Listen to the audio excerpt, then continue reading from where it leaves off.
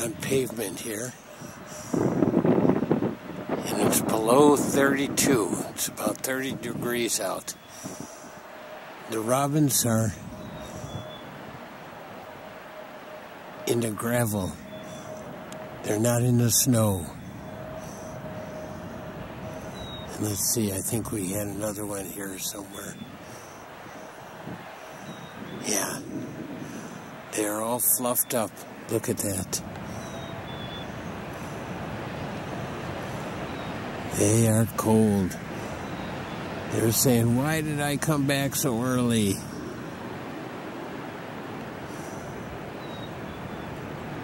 What's there to eat around here? Why are they on the asphalt? What do they hope to find here?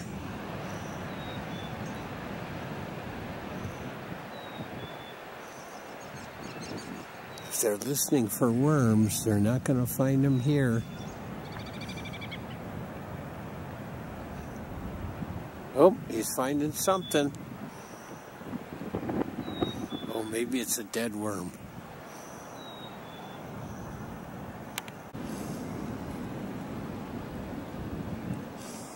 This is the morning after Easter Sunday, and it snowed during the night, and it's like 29 degrees. Just checking on the goose nest here. Looks like they're on the nest, keeping the eggs warm. I'm not going to get anywhere near it today because I don't want her to get off the nest.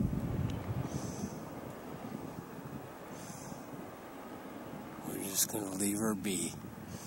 She's very still.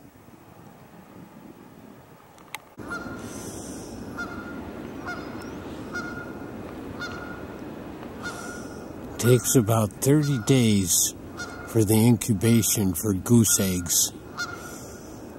So the goose we just saw in the woods, it was about mid-April, so around mid-May,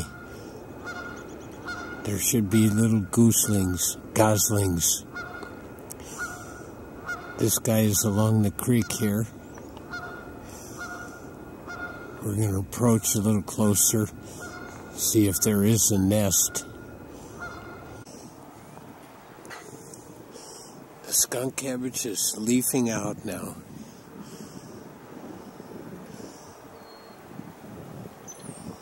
I stopped here also because I was hearing frogs. I was hearing the leopard frogs. Oh, there they go. All right, let's listen.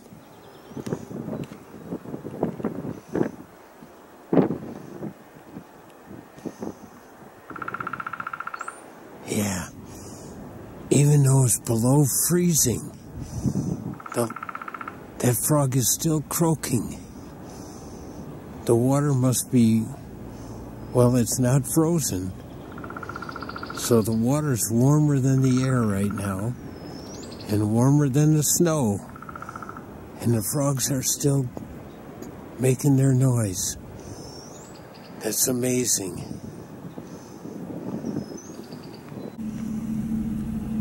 Just driving down the road on this cold day. I couldn't resist. Another couldn't resist. This beautiful patch of blue flowers. Once again, I am not a flower guy, but I do appreciate them. But tell me what these are. They're just along the roadside. They're about 4 inches tall.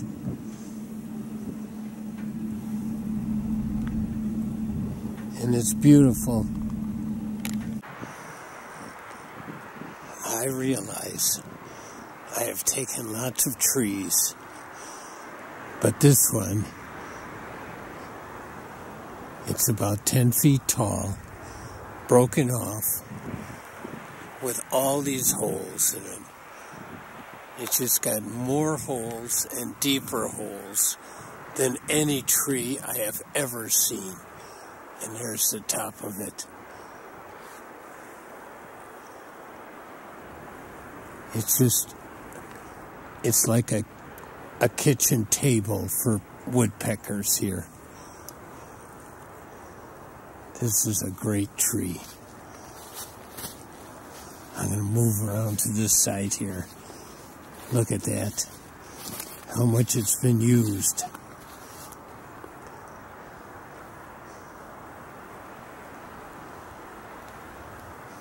And it's in the thick of the woods here.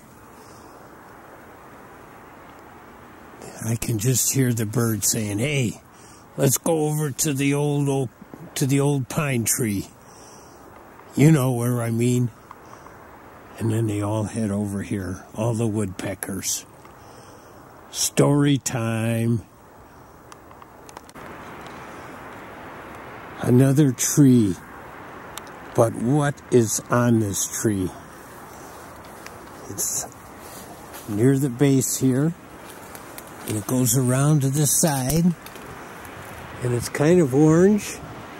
Goes all the way to the bottom. It's in the middle of the woods here. What is this stuff? That's what happens when you go walking through the woods and in nature. You just wonder about things and see all kinds of things you don't know. We'll have to look this up unless somebody knows.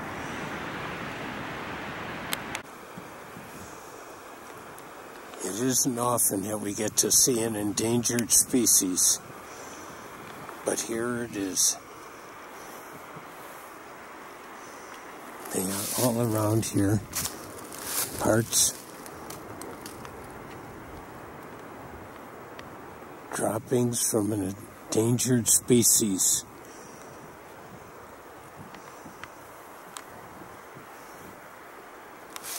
These are the seed pods from the American chestnut tree, which in the early 1900s suffered from a disease. And I think I mentioned this once before, but I only saw the leaf then and didn't see the seed pods like we're seeing now. And they are all around here. This is great.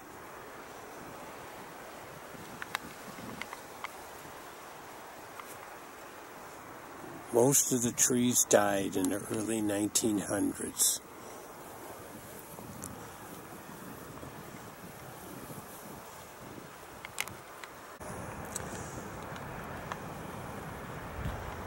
Here's a little grouping of flowers. Looks similar to the ones we saw along the road earlier, but they're not nearly as dark blue. About the same size, and I don't know about the petals, but it sure is pretty, and it's just this little cluster right here in the woods. What a great little find. I am on a mill pond. Now that all the state parks are closed around here, I have to find the other interesting nature areas. This mill pond seems to be a great breeding area for the geese. I try not to scare them off the nests, but as I say with the turtles and the snakes, everything seems to be a little skittish in the spring here, especially at nesting time. Now the thing about a mill pond, it's very scenic and a great habitat for like geese and other water birds and snakes. But it's not a great place for fish. Oftentimes the mill ponds are relatively shallow, and the possibility of a winter freeze, if it has a very cold winter, is always possible, and then that creates a winter kill. So only the strongest and most adaptable fish, which are oftentimes carp, will live through the winter, but even they may succumb to the freezing.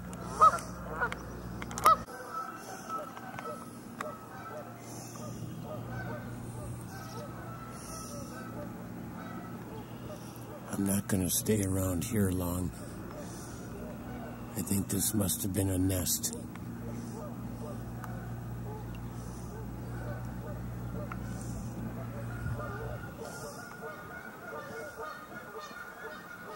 Knock the egg out of it.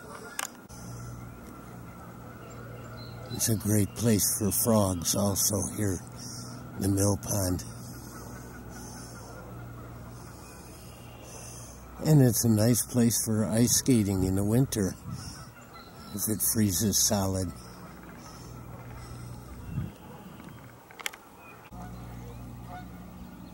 This is also a great place for muskrats.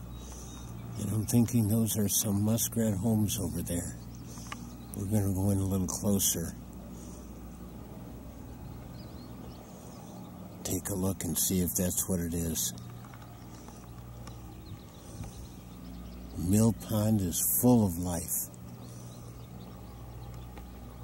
And I can hear the leopard frogs croaking. Well, I think I was wrong about those mounds there. I think they're just clumps of the weeds, not really muskrat homes.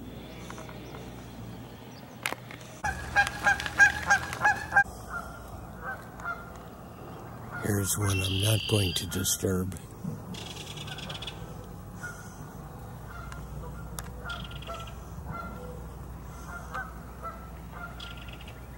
I think I've disturbed enough. I won't disturb this one.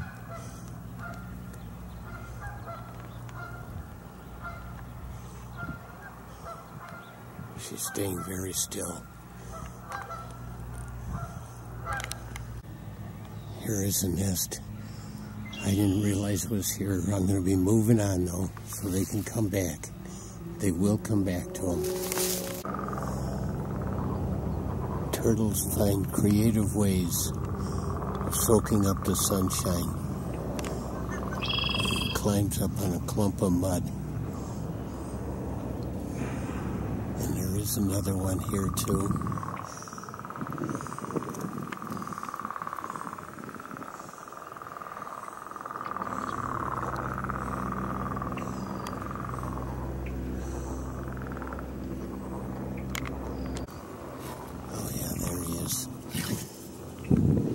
No logs around, they find a way to get out of the water, soak up the sun. They are cold-blooded reptiles, so they need the sun to get warm. This mill pond is one place where I have seen water snakes, but I haven't seen one yet today. I'm still hopeful. Hear the leopard frogs.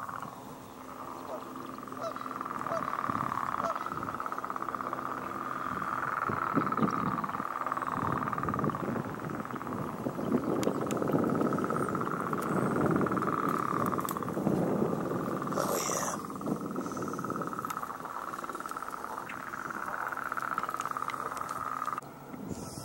This is the very first goose whose nest we saw. She got scared away, but now she's back on it again. So hopefully that little time away didn't hurt the eggs. Leaving the mill pond and listening and watching the river.